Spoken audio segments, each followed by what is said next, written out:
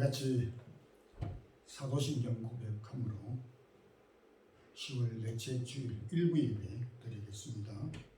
전능하사 천지를 만드신 하나님 아버지를 내가 미사오며 그 외아들 우리 주 예수 그리스도를 미사오니 이는 성령으로 잉태하사 동정녀 마리아에게 나시고 본디오 빌라도에게 고난을 받으사 십자가에 못 박혀 죽으시고 장사한 지 사흘 만에 죽은 자 가운데서 다시 살아나시며 하늘에 오르사 전능하신 하나님 우편에 앉아 계시다가 저리로서 산 자와 죽은 자를 심판하러 오시리라.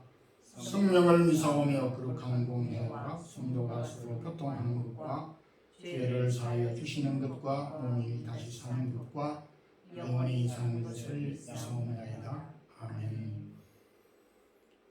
지금까지 주께서 저희들을 사랑해 주시고 또 여기까지 지켜 주시고 인도해 주셨음을 감사드립니다. 오늘도 복된 성일 저희들에게 허락해 주셔서 기억하고 저희들이 주 앞에 나와 찬양과 경배를 드립니다. 주의 이름을 부르는 모든 자들에게 하늘의 신령한 것들로 충만하게 채워주시고 이 땅 위에 여러 가지 걱정과 근심과 염려, 또 질병과 재난, 전쟁과 또 천재지변으로 인한 고통 받는 모든 주의 백성들을 긍휼히 여겨주시고 건져주시기를 원합니다. 외국 땅에 살고 있는 디아스포라 모든 교회들, 또 이베리아 지역과 스페인 지역과 이 마드리드 지역에 있는 우리 한인 교회들과 또 복음 전한 우리 선교사님들의 사역들 위에도 함께 주시기를 원합니다. 주의 나라와 하나님의 복음 전파 사역을 위하여 허락한 귀한 사랑의 교회를 지금까지 지켜주신 것 감사합니다. 온된 교회를 통하여서 주의 백성들을 부르시고 구원받는 자들을 많아지게 하여 주시며 또 주의 나라를 섬기는 귀한 신실한 일꾼들을 불러 모아주시고 헌신케 하시고 충성케 하시고 헌신케 하심도 감사합니다. 성도들의 수고가 또 흘린 땀들이 하나님의 나라 확장에 큰 미끄럼이 되게 해 주시기를 원합니다. 주님, 주의 사랑하는 모든 성도들 가정가정마다 화평케 하시고 믿음의 부요를 허락하시고 허락한 자녀들과 기업들, 기도의 제목들을 주님이 기억해 주옵소서. 무엇보다 세운 사랑의 교회 각 기관과 허락한 성도들 또 주의 나라를 위하여 힘쓰고 수고할 때 기쁨을 더하여 주옵소서. 오늘도 여러 가지 형편으로 출타 중에 있는 성도들 또 연약한 중에 있는 성도들 믿음의 부요를 더하여 주옵소서.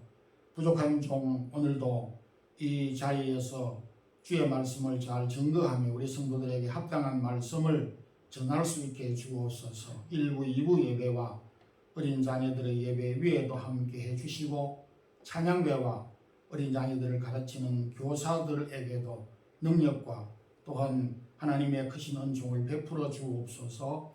예수 그리스도 이름으로 기도드리옵나이다. 아멘. 하나님의 말씀은 누가복음 22장 54절에서 62절 말씀 우리 함께 합독하겠습니다. 예수를 잡아 끌고 대제사장의 집으로 들어가시되 베드로가 멀찍이 따라가니라. 사람들이 길 가운데 불을 피우고 함께 앉았는지라. 베드로도 그 가운데 앉았더니 한 여종이 베드로의 불빛을 향하여 앉은 것을 보고 주목하여 이르되 이 사람도 그와 함께 있었느니라 하니 베드로가 부인하여 이르되 이 여자여 내가 그를 알지 못하노라 하더라. 조금 후에 다른 사람이 보고 이르되 너도 그 도당이라 하거늘 베드로가 이르되 이 사람 나도 아니로다 하더라. 한 시간쯤 있다가 또 한 사람이 장담하여 이르되 이는 갈릴리 사람이니 참으로 그와 함께 있었느니라. 베드로가 이르되 이 사람아 나는 내가 하는 말을 알지 못하노라 하지 말을 하고 있을 때에 닭이 곧 울더라. 주께서 돌이켜 베드로를 보시니 베드로가 주의 말씀 곧 오늘 닭 울기 전에 너가 3번 나를 부인하리라 하심이 생각나서 밖에 나가서 심히 통곡하니라. 아멘. 우리는 보통 자동차를 타면서 정기적으로 검사를 받습니다. 또 자동차에 대한 정기 검사는 의무적으로 되어져 있습니다.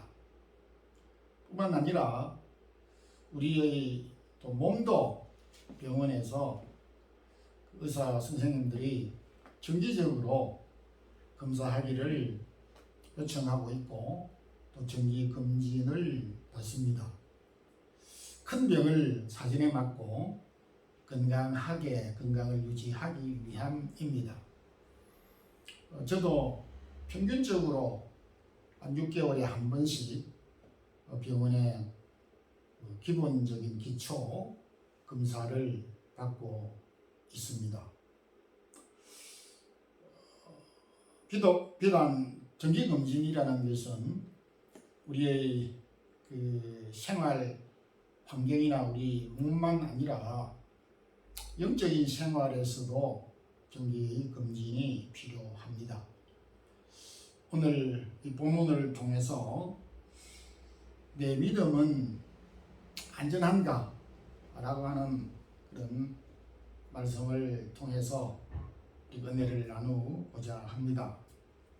먼저 우리가 믿음을 점검을 할 때 주님과 나와의 관계, 주님과 나와 거리가 안전한가? 라고 하는 사실을 한번 점검해 볼 필요가 있습니다. 미국의 인류학자 에드워드 홀은 인간관계에 있어서 가장 친밀한 관계, 가까운 관계는 45.7cm. 이 45.7cm는 우리 성경에서 말하는 1규빗입니다. 1규빗은 팔꿈치에서 이 손가락까지 사람마다 다르지만은 대략 기준으로 그렇게 잡았습니다. 이는 우리 한국적인 표현으로 말하면 품안이라고 이해할 수가 있습니다. 그래서 품 안에 있는 자녀들, 품 안에 있을 때 대단히 안정감을 느끼게 됩니다. 본문의 베드로는 그가 자신감을 가지고 확신하면서 나는 주님 곁을 떠나지 않겠고 주님과 늘 동행하는 믿음을 갖고 살겠다라고 장담하며 확신하였지만 그럼에도 그가 한 번도 아닌 3번씩이나 주님을 모른다고 부인하는 주님을 부인하는 그런 고백을 하고 말았습니다. 베드로는 사실 누구보다 많은 장점을 가지고 있었습니다. 아주 담대하였습니다. 그리고 확신 있게 매사에 적극적이었습니다. 베드로의 여러 장점 가운데에 가장 특이한 장점 중에 하나는 열정입니다. 뜨거운 열정입니다. 베드로에게 있어서 일을 행할 때에 뜨거움이 있었고 적극성이 있었고 열정이 있었습니다.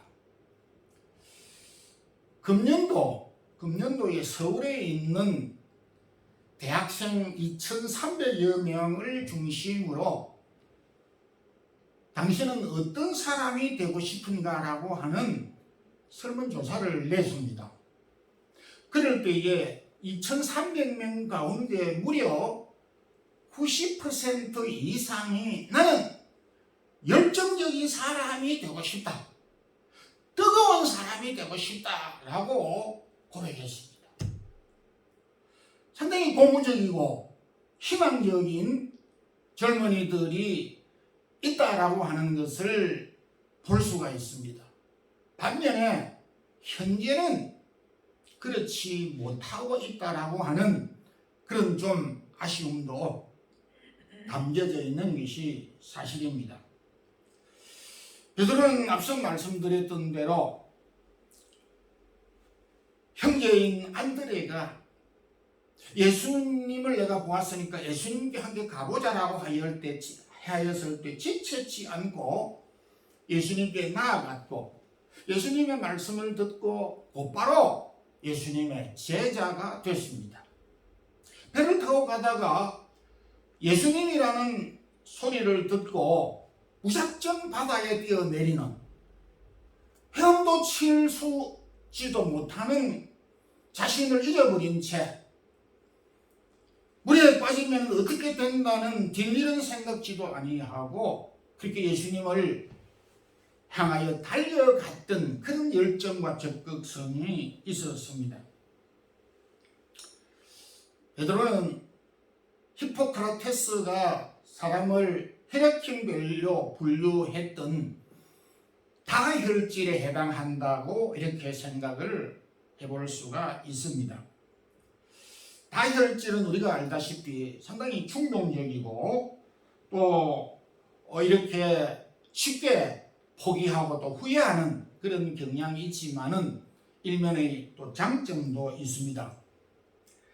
레슬리 크릭이라는 사람은 이런 베드로의 성격을 종합해 볼 때에 조용하다가 갑자기 해오리 바람이 치는 갈릴리 바다와 같다라고 그렇게 베드로의 성격을 비유적으로 표현한 바 있습니다. 누가는 베드로가 넘어진 사실에 대하여 주님을 부인한 사실에 대하여서 54절에 이렇게 말씀하고 있습니다. 예수를 잡아 끌고 대제사장의 집으로 들어갈새 베드로가 멀찍이 따라가니라. 여기 멀찍이 따라갔다라고 하는 표현은 당시 상황에서 관망을 하고 있었다라는 의미이고 상황이 유리하면 조금 더 가깝게 나아갈 수가 있고 상황이 더 악화되면 도망을 갈 수 있다라고 하는 그런 양면적인 의미가 담겨져 있는 것입니다. 저희들의 삶에서도 이런 경향이 있습니다. 베드로는 주님을 가깝게 하는 거리에서 안전한 거리를 놓쳐버리게 되고 멀리 떠나게 되는 그런 상황에 처하고 말았습니다. 우리가 사용하고 있는 가스관이나 수도 파이프 같은 경우에 조그마한 틈새도 용납할 수가 없습니다.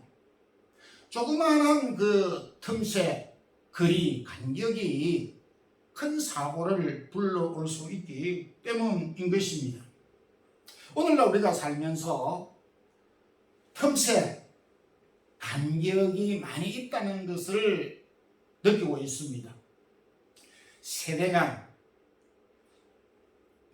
쌍둥이도 세대 차이를 느낀다라고 할 정도로 세대 간의 간격, 갈등, 대화가 잘 안 되는 것입니다.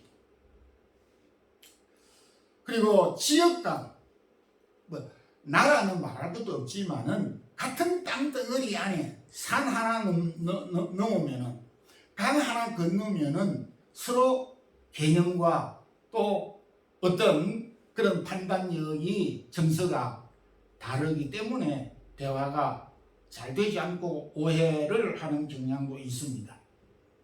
계층 간,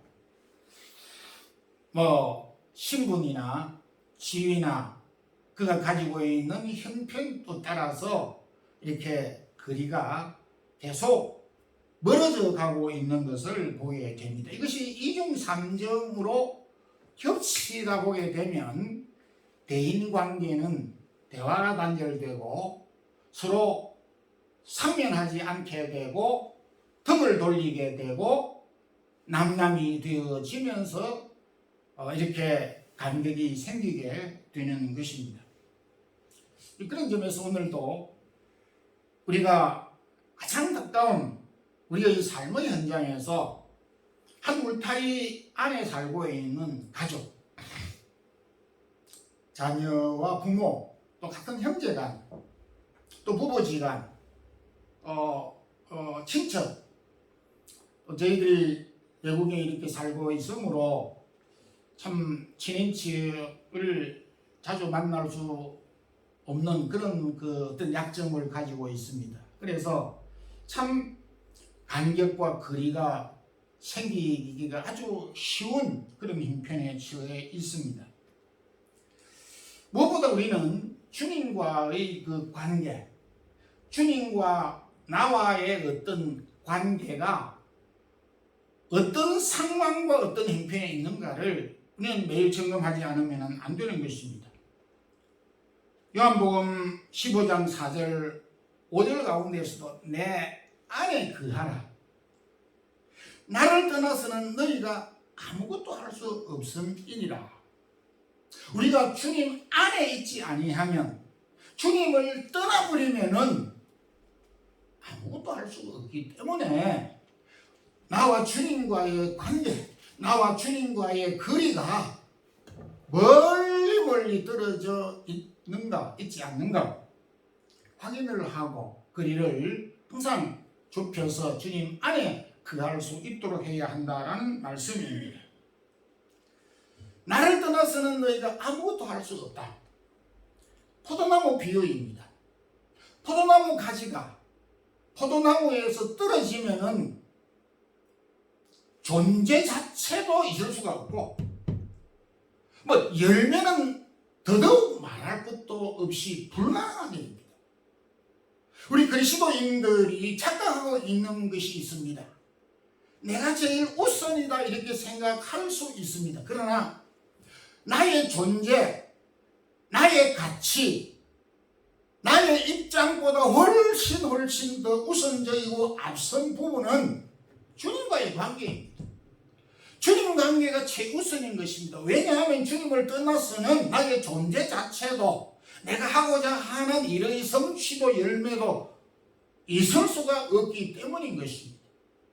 그래서 가장 선결되어야 하는 문제가 나와 주님과의 거리, 나와 주님과의 관계가 바로 정립되어져 있는가를 확인하고 이 부분에 이상이 없어야 한다라는 말입니다. 그래서 바울은 고린도 두 번째 편지 가운데서 고린도후서 13장 5절에 너희가 믿음이 있는가? 예수 그리스도께서 너희 안에 계신가? 너희가 스스로 확정해보라. 같은 맥락인 것입니다. 예수 그리스도께서 우리 안에 계신가? 내가 예수 그리스도 안에 거하고 있는가를 확정하고 점검하라고 말씀을 하고 있습니다. 베드로는 주님과의 관계에서 실패를 했습니다. 너무 멀리 떠나갔었습니다. 우리가 주님과 얼마나 멀리 떨어져 있는가, 그리고 다시 우리가 그리스도 안에 거할 수 있도록 해야 할 것이 우리에게 무엇인가, 다시 한번 우리가 점검을 하면서 날마다 우리가 그리스도 안에, 주님 안에, 주님과 동행하는 그런 삶을 살아가고 있는가를 점검하면서 주님 안의 삶을 우리가 소중하게 생각하는 성도들이 되기를 소망합니다. 아멘. 우리가 머물고 있는 곳에서 무엇을 하고 있는가를 우리가 점검을 해볼 필요가 있는 것입니다.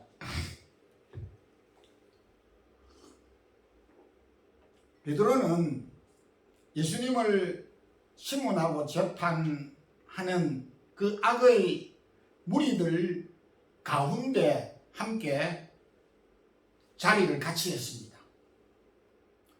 그리고 자리를 같이 했을 뿐만 아니라 그들이 움직일 때마다 같이 따라 동행을 하였습니다.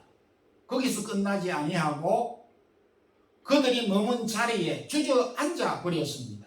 이것을 55절에서 말합니다. 사람들이 뜰 가운데 불을 피우고 함께 앉았는지라 베드로도 그 가운데 앉았더라. 베드로는 주님을 대적하는 자들의 가장자리에, 중심의 자리에 앉았습니다. 우리 예수님께서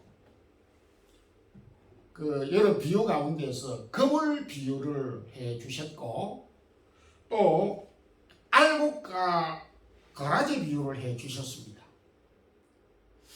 이것은 하나님의 나라와의 세상, 그리고 오늘 우리가 살고 있는 이 세상에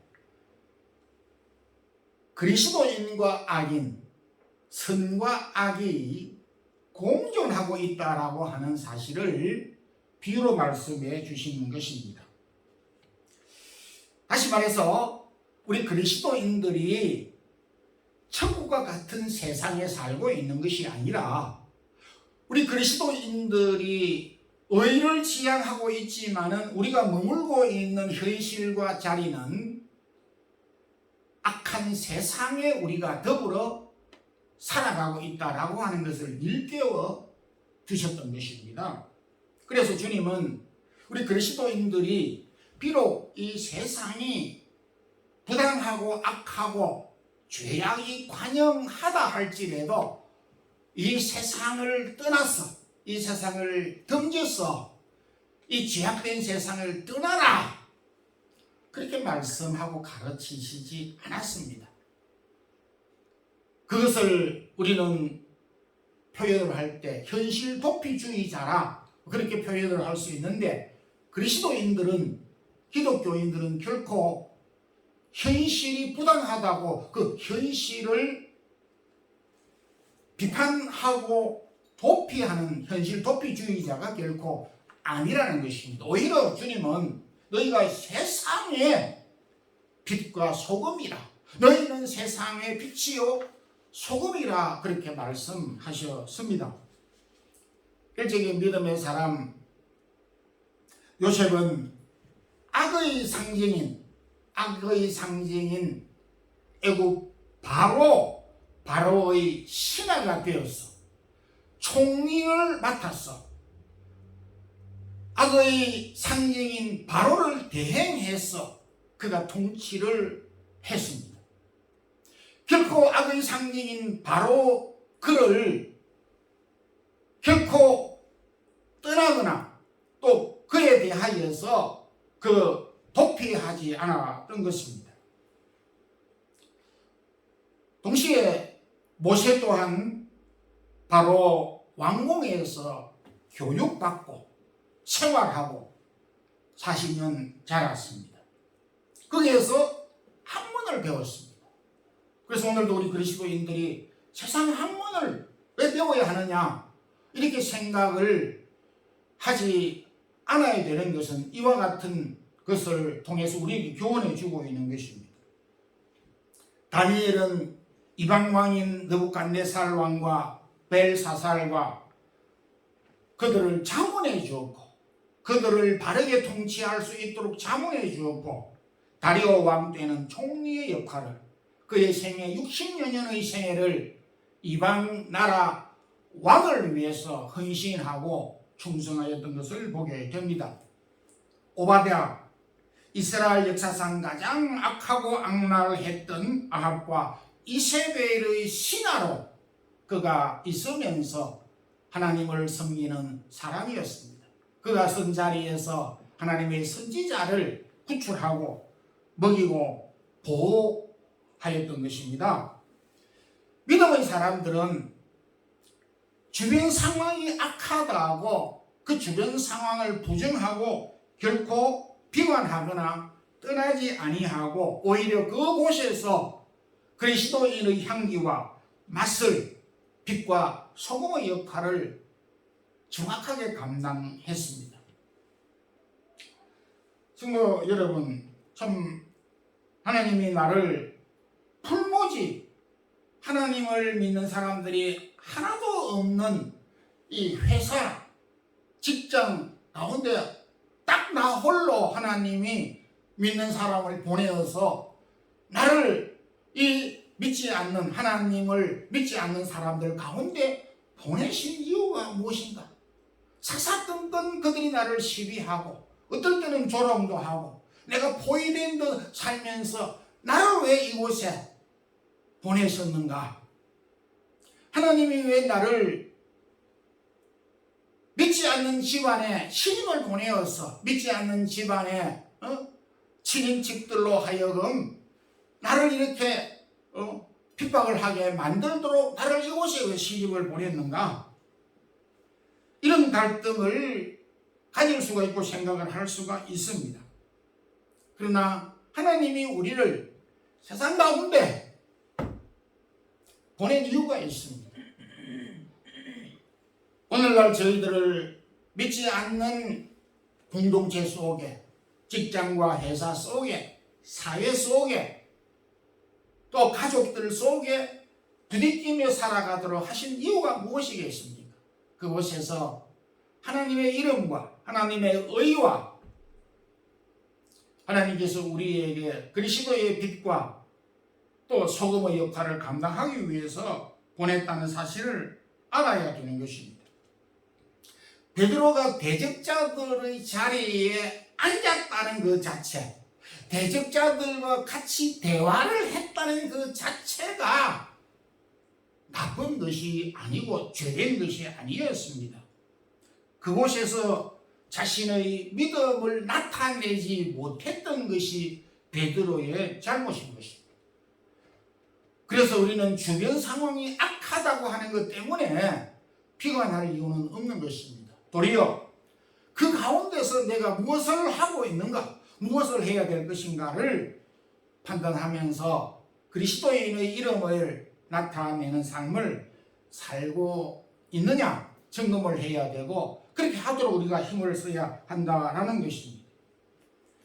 내가 머물고 있는 자리에서 내가 무엇을 어떻게 하고 있는가를 점검을 하면서 다시 한번 내가 주님이 나를 보냈다고 생각하는 사명, 주님이 나에게 주신 빛됨과 소금, 향기, 그리스도의 이 맛을 나타내도록 보내셨다는 이 사명감을 가지고 우리가 저한 공동체 속에서 살아가야 할 것입니다. 우리가 머문 곳에서 그리스도의 맛과 향기를 낼 수 있는 성도들이 되기를 소망합니다.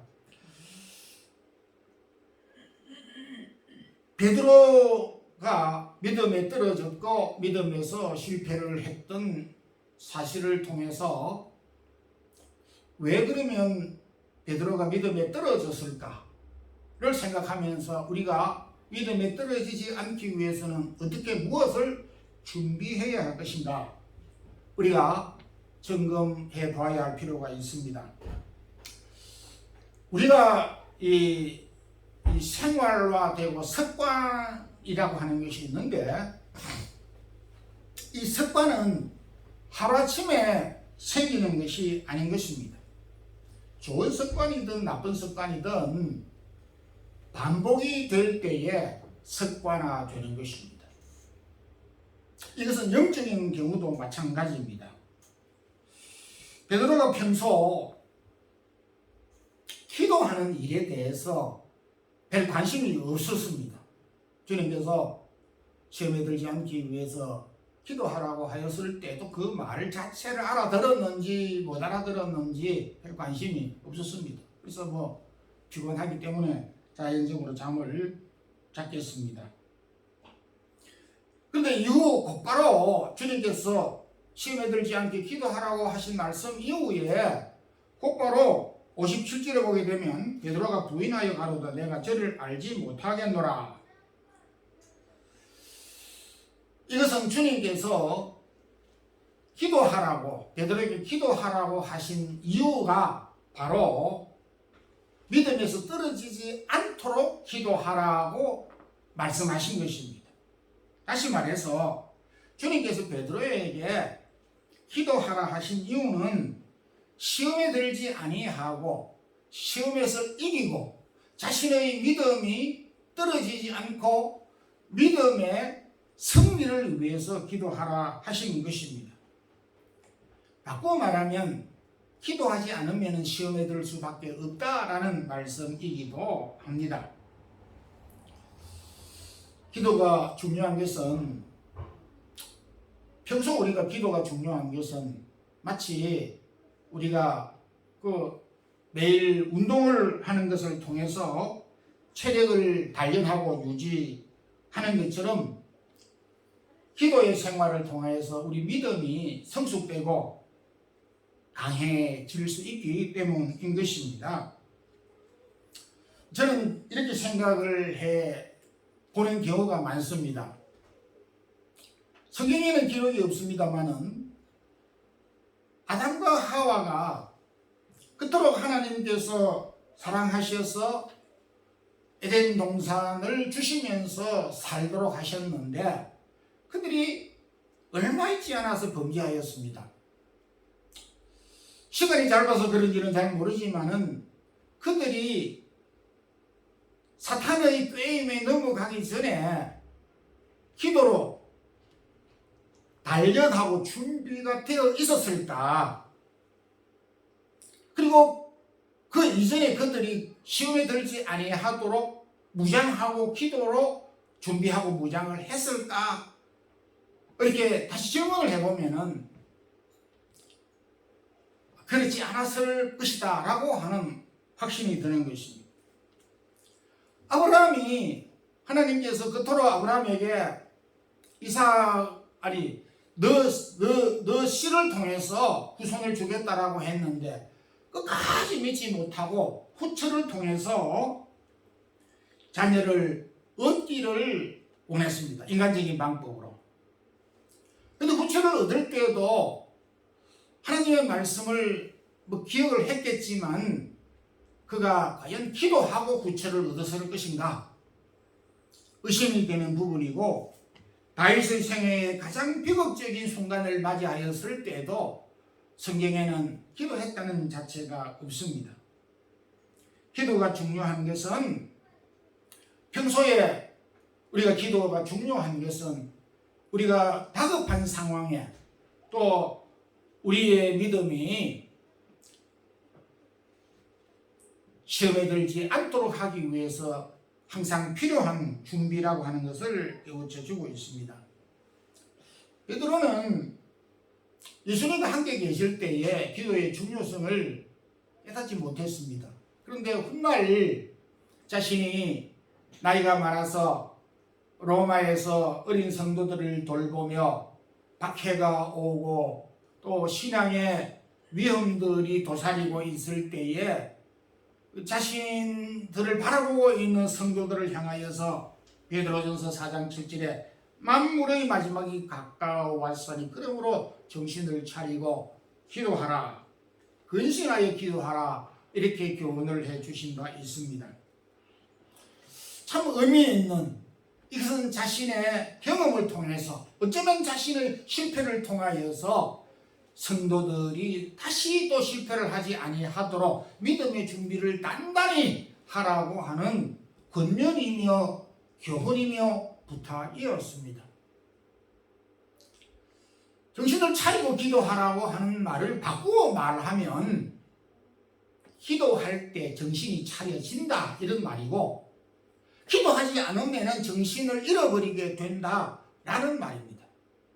우리 한국의 그 표현 중에 내가 왜 이렇게 정신이 없지?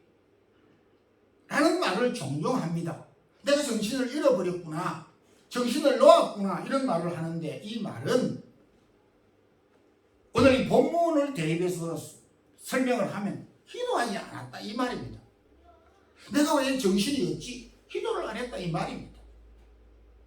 기도를 하지 않으니까 정신을 차릴 수 없고 이럴 수밖에 없다라는 말입니다. 정신줄을 놓치지 않고 정신을 바짝 붙잡기 위해서는 기도하라고 했습니다. 기도를 하게 될 때에, 늘상 기도로 우리 자신을 무장할 때에 우리의 정신이 맑아진다라는 말입니다. 믿음을 준비하고 대비하고 시험에 떨어지지 아니하기 위해서는 말씀과 기도로 늘상 무장해야 될 것을 교훈해 주셨습니다. 결론적으로 말씀을 맺겠습니다. 우리가 살면서 우리 또한 베드로와 같이 믿음에 떨어질 수가 있습니다. 상황 때문에 우리의 믿음이 떨어질 수가 있습니다.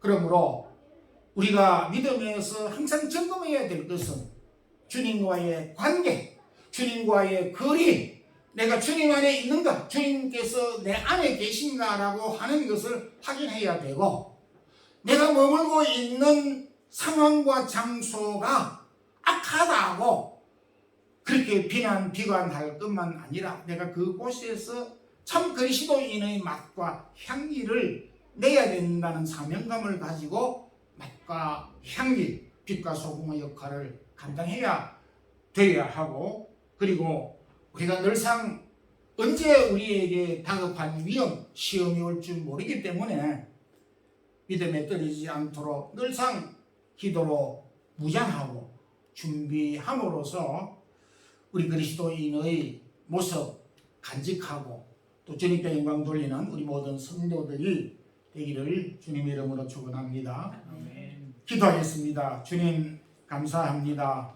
오늘도 믿음의 사람 베드로가 참 좋은 장점들을 가지고 있었음에도 그가 믿음에 떨어졌던 것을 보게 되며 안타까움을 금할 수가 없습니다. 베드로를 보면서 우리 자신들을 보지 아니할 수가 없습니다. 오늘도 우리가 처한 상황은 어찌 보면 베드로가 처한 상황 못지 않는 그런 형편 가운데 살아가고 있습니다. 오 주님, 우리 성도들이 살아가고 있는 현실은 너무나 열악합니다. 그리스도를 적대하는 사회 속에 저희들이 살아가고 있습니다. 그래서 움츠릴 수밖에 없고 위협받을 수밖에 없고 약화될 수밖에 없습니다. 항상 우리 자신들을 늘 점검하되 주님이 내 안에 내가 주님 안에 거하고 계신가를 늘상 확인하게 하여 주시고, 하나님께서 나를 이 세상 가운데 보내셨다는 사명감을 가지고 그리스도인의 맛과 향기를 끝까지 잘 내고 감당할 수 있는 성도들이 되게 하시고, 이 사명을 감당하기 위하여서 늘상 늘 기도로 말씀으로 무장하는 우리 성도들이 되게 해 주시옵소서. 그래서 어느 곳에서든지 주님을 나타내는 귀한 성도의 삶을 살아가는 우리 모든 성도들이 되게 하여 주옵소서. 오늘도 사랑하는 우리 모든 성도들 몸과 마음과 시간, 정성 또 물질을 주 앞에 드렸습니다. 사랑하는 성도들의 기업과 하는 일들과 기도의 제목들 허락한 자녀들 일일이 축복해 주옵소서. 주 예수 그리스도의 크신 은혜와 하나님 우리 아버지의 무한하신 사랑과 성령의 교통하심이 오늘도 우리 자신이 믿음에 떨어지지 아니하도록 주 안에 거하며, 또한 우리가 맡은 처한 곳에서 그리스도의 향기를 나타내도록 사명감을 가지고 그 사명에 충실하기를 원하는 주의 사랑하는 모든 성도들에게, 우리 사랑의 교회 모든 성도들에게 이제부터 영원토록 함께 있을지어다. 아멘.